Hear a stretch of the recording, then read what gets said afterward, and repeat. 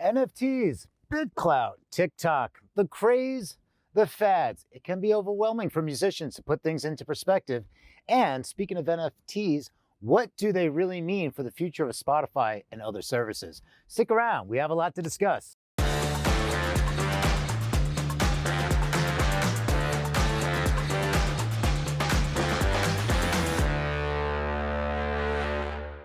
Hello and welcome to Music Industry City's Monday Kickoff, where we offer up important tips for a successful career and get you motivated for the week ahead.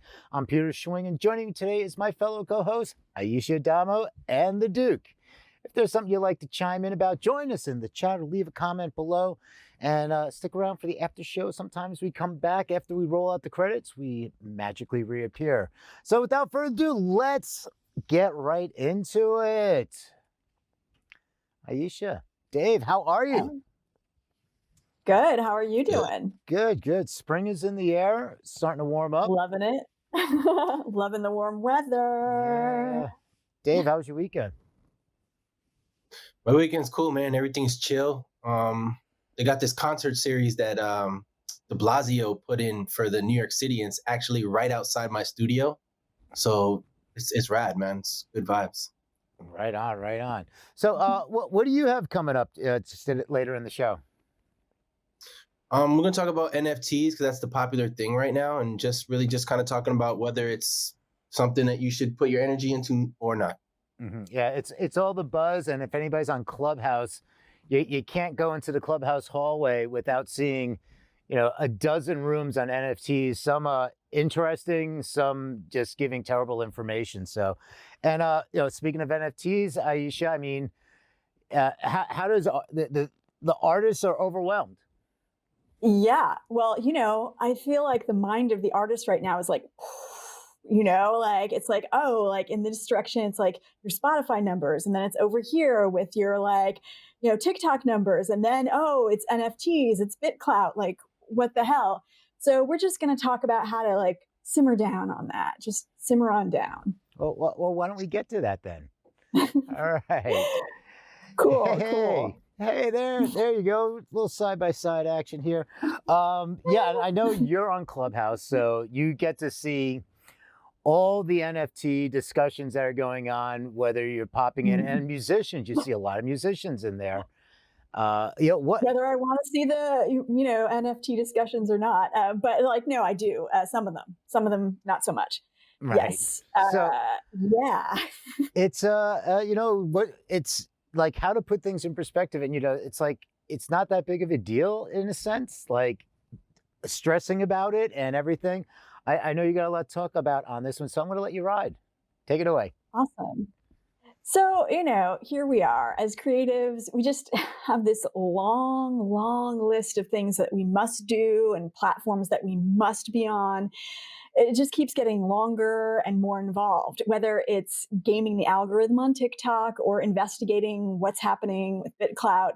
There's just a lot of noise out there about, where you need to be, what you need to be doing, and when you're trying to find your own way into, the next big social media platform in the hopes of becoming the next big thing yourself as an artist, all of that can be pretty daunting, and it's a lot of mind taffy. So much of this is a way of living in the future in our minds. We're so concerned with how to get from where we are to where we want to be that the present moment becomes null and void.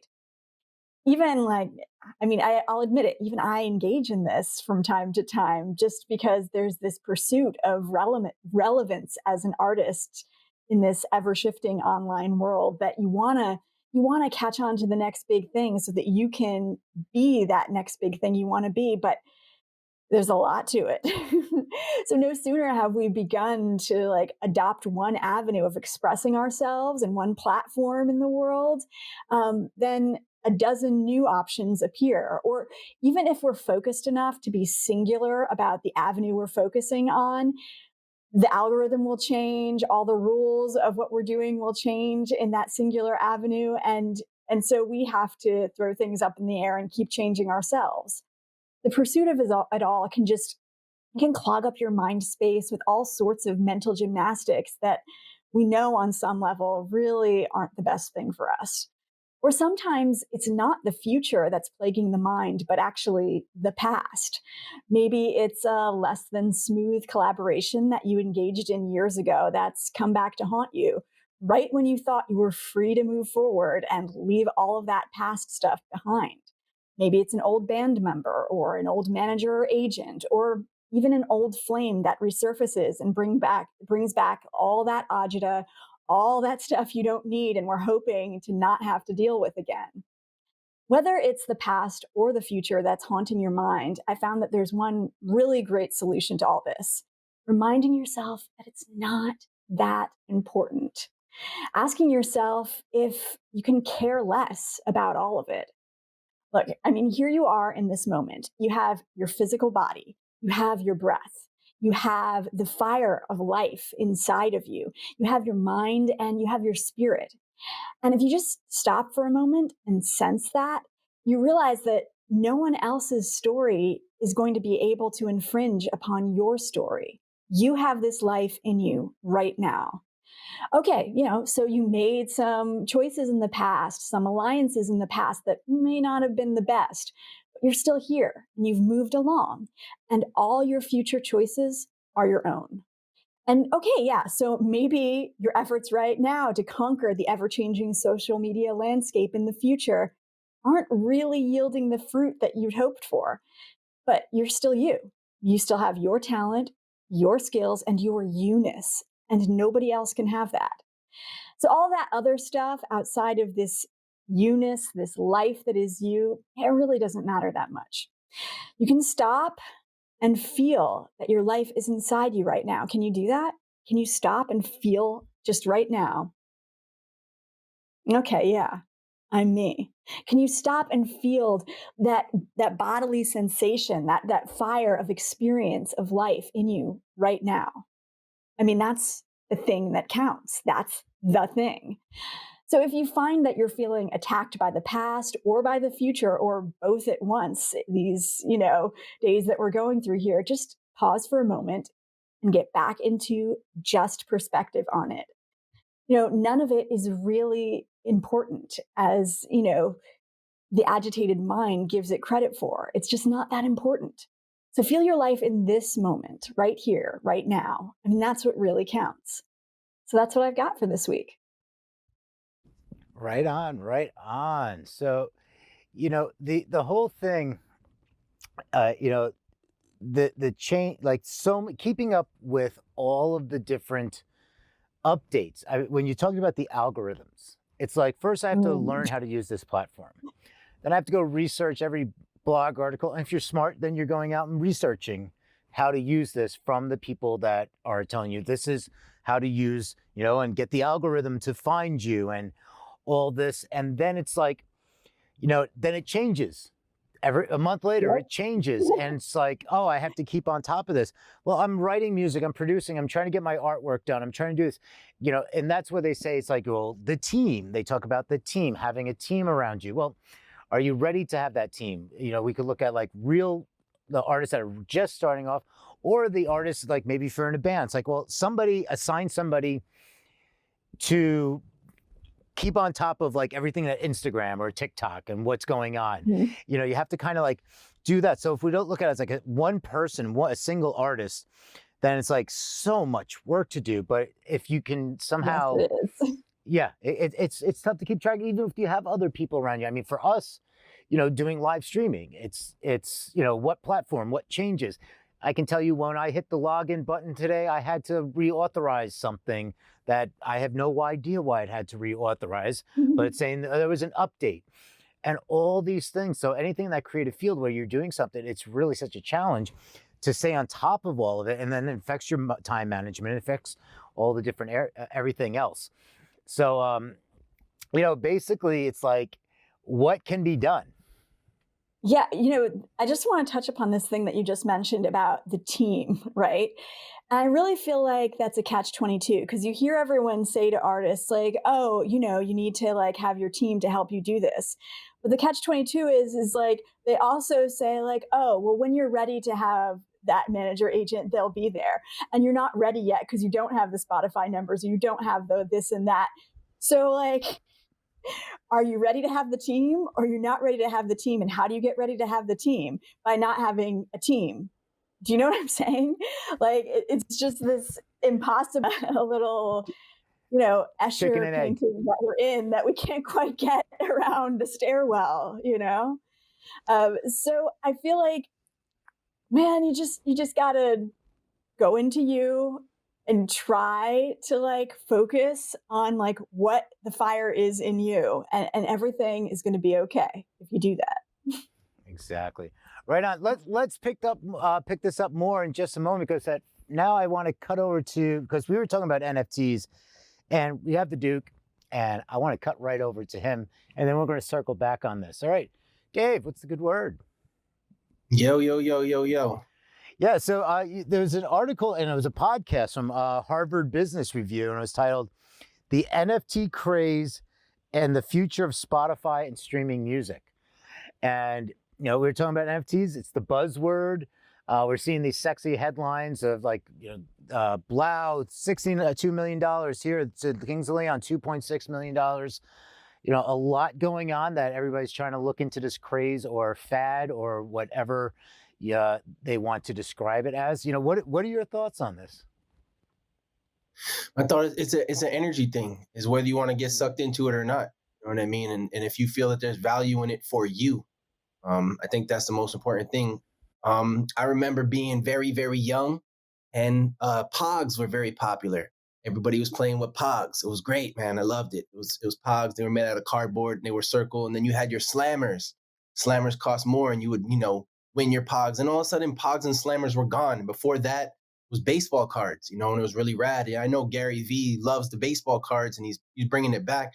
But the only reason why the energy is coming back on baseball cards is due to nostalgia. It's not that piece of cardboard is worth any more than it was previously. There's still a million Ken Griffey Jr. rookie cards.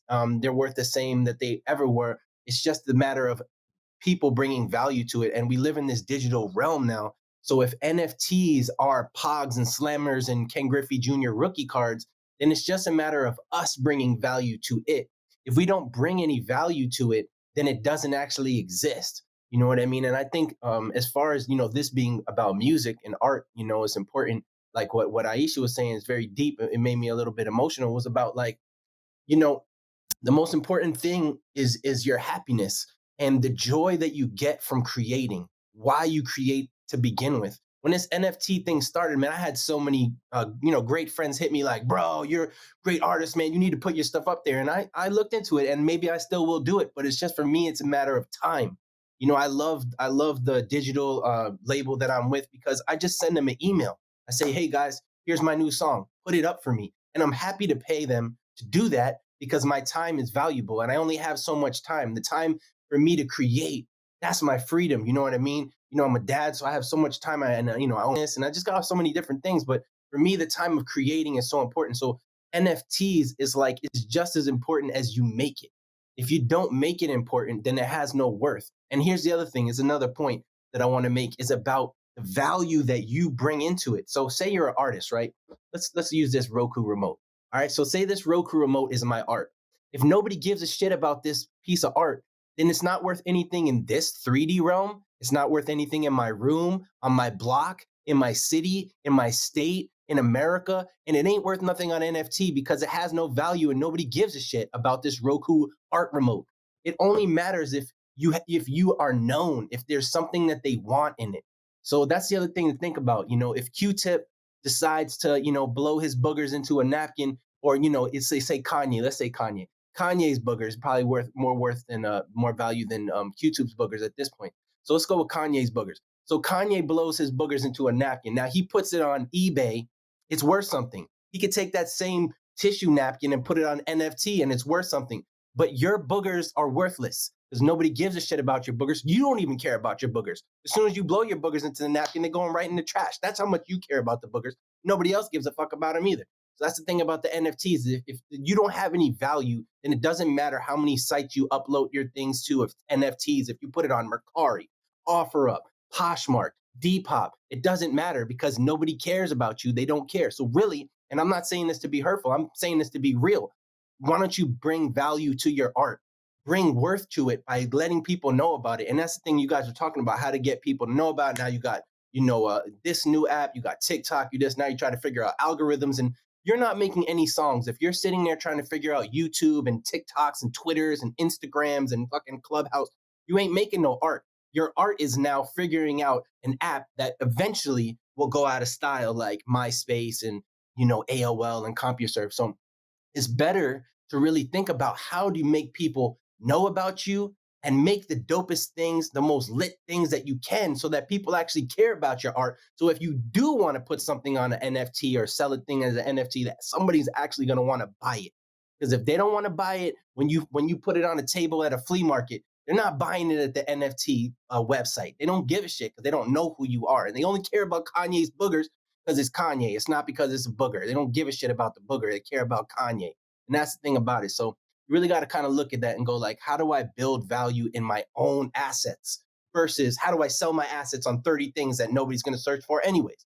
So that's really the thing I see with NFTs. It's like, is it worth it? Is it worth it for you to put the time to press upload? Or is it better for you to sit down and paint or draw or write a song, And I'm just going to leave it at that. Right on. The value of my own asset. Have you been following like what's going on Bitclout? No. Aisha, I'm just going to bring you right back in here right away. Let's get everybody up here because this is going to be a great discussion. Dave, you're gonna love this. Aisha, you've been seeing a little about Bitclout, right? Yeah, a little bit. And so basically it's like kind of betting on someone's relevance or popularity. It's that kind of speculation game with making a coin for different celebrities that people bet on whether it's going to go up or not, according to whether they become more popular. If you see an artist that you think is going to become popular, buying into their coin early. Or if you think they're, going to lose face by saying something terrible on social media or whatever, like that also is at play.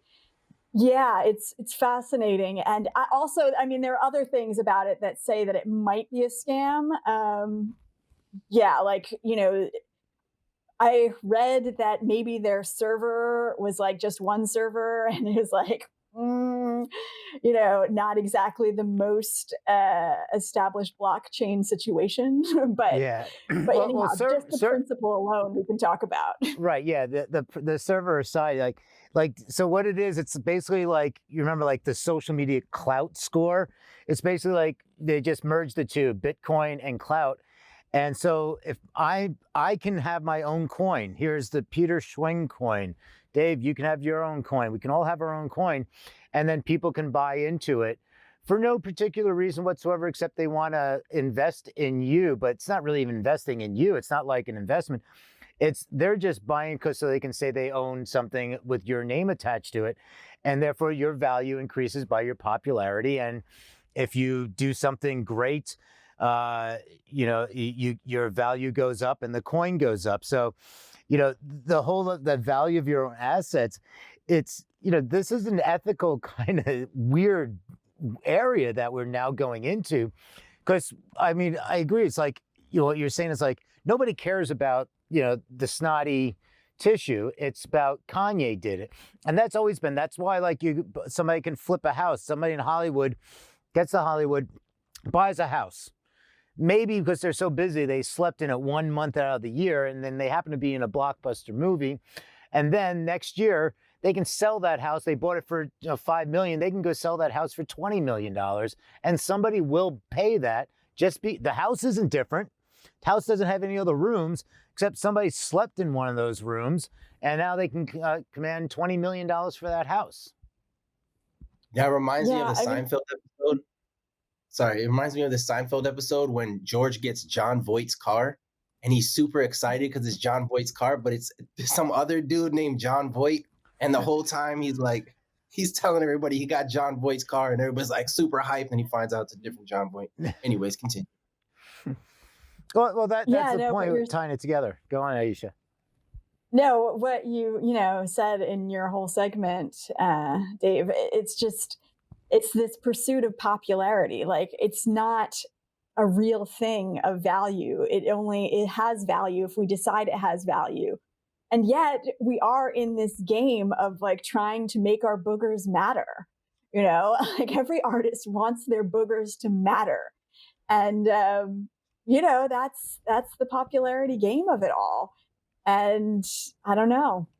The other thing with Bitclout, though, is as I understand it, at the moment you can, exchange your Bitcoin for Bitclout so that you can bet on these people's coins, but you can't exchange it out.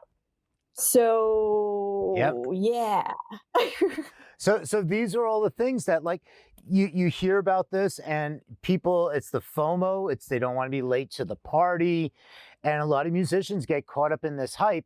And going back to, it's like, well, I'm a musician, so I want to have my own Bitclout coin. So I'm going to go register, and I have to figure all this out. And here's all the passwords, and they don't know what they're doing. And you get locked out, like anything with these NFTs and blockchain.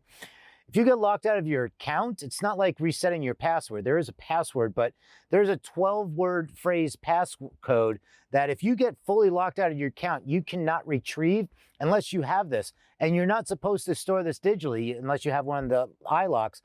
You store it on a piece of paper. The most secure thing in the world relies that you store it on a piece of paper in a safe. Okay, so let's just put that into perspective.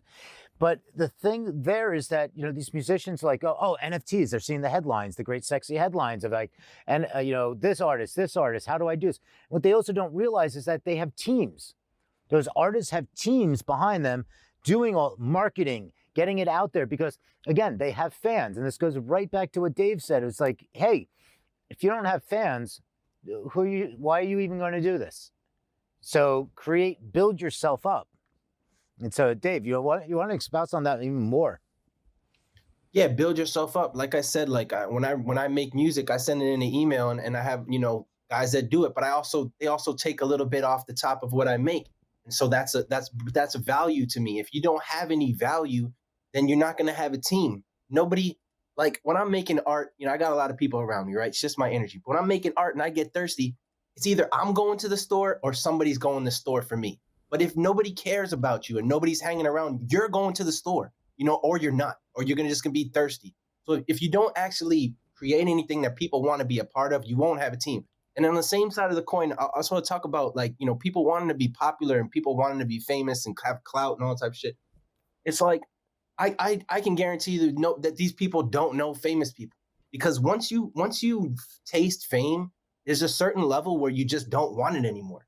Because you can't do anything. You're just trapped by it. And I have much more famous people. I'm not that famous, but people that are way famous. And I don't really like hanging around outside with them because you can't do anything. There's cars coming, there's people coming, and you're just trapped. And all you want to do is just chill and smoke some weed. And you can't do that anymore. So fame, as soon as you get fame, you don't want it anymore. And you can just read up on that.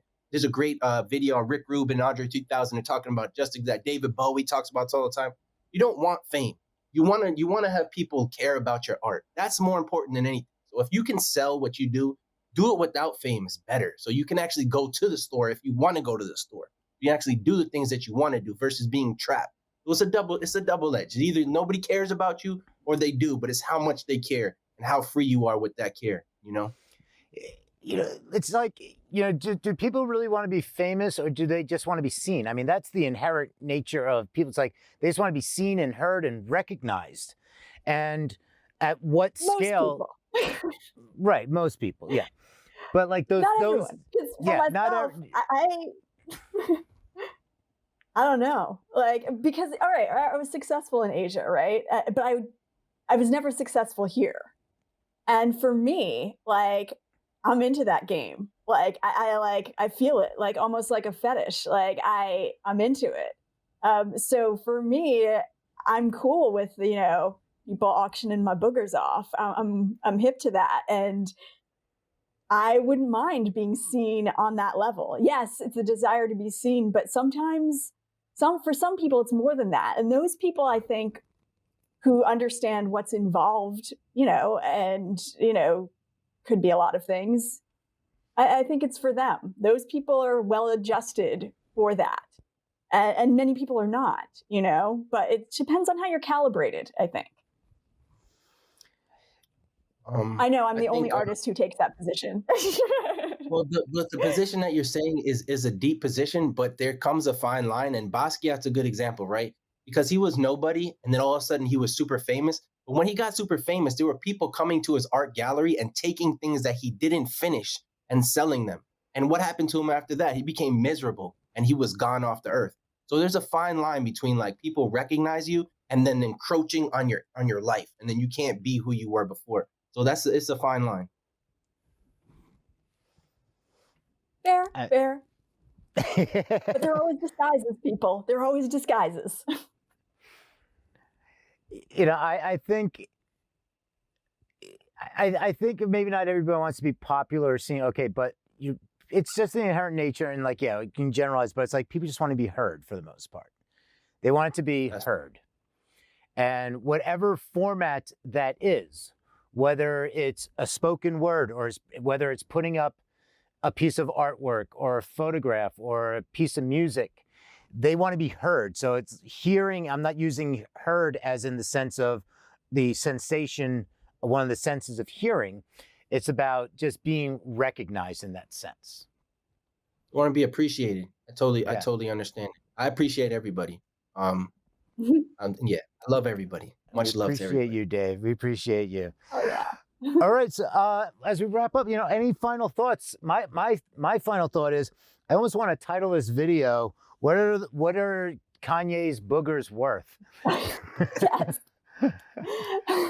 I think that NFTs. is the perfect title. Yeah. Let's see what happens. Dave, final thoughts. My final thoughts, Kanye's boogers. I had this girlfriend back in the days. She used to sell her socks, her used socks. And dudes, this is on eBay, dudes would just, ask her, please wear the socks an extra 4 days, make it really stinky. And dudes loved it, and that was kind of anonymous. But this NFT stuff, it's not anonymous. You really have to put yourself out there. You have to post it on your Facebook and all your LinkedIn's, and you're like, yo, these are my stinky socks. And people will go, hey man, why are you selling your stinky socks online? Like, it seems a little strange. But like, listen, I got bills to pay. So it is what it is. You don't want to buy my stinky socks, don't buy them. It's not for you. So it's different things for everybody. You also have Belle Delphine was selling bath water for $30. And now she was putting that up on Twitch and Instagram. Buy my bath water for $30. I think she bought a house with that she probably bought a house with that. Aisha, final thoughts. Just let it go. It doesn't all have to matter that much. You got the fire in you. Live in the fire in you, and that is what it's about.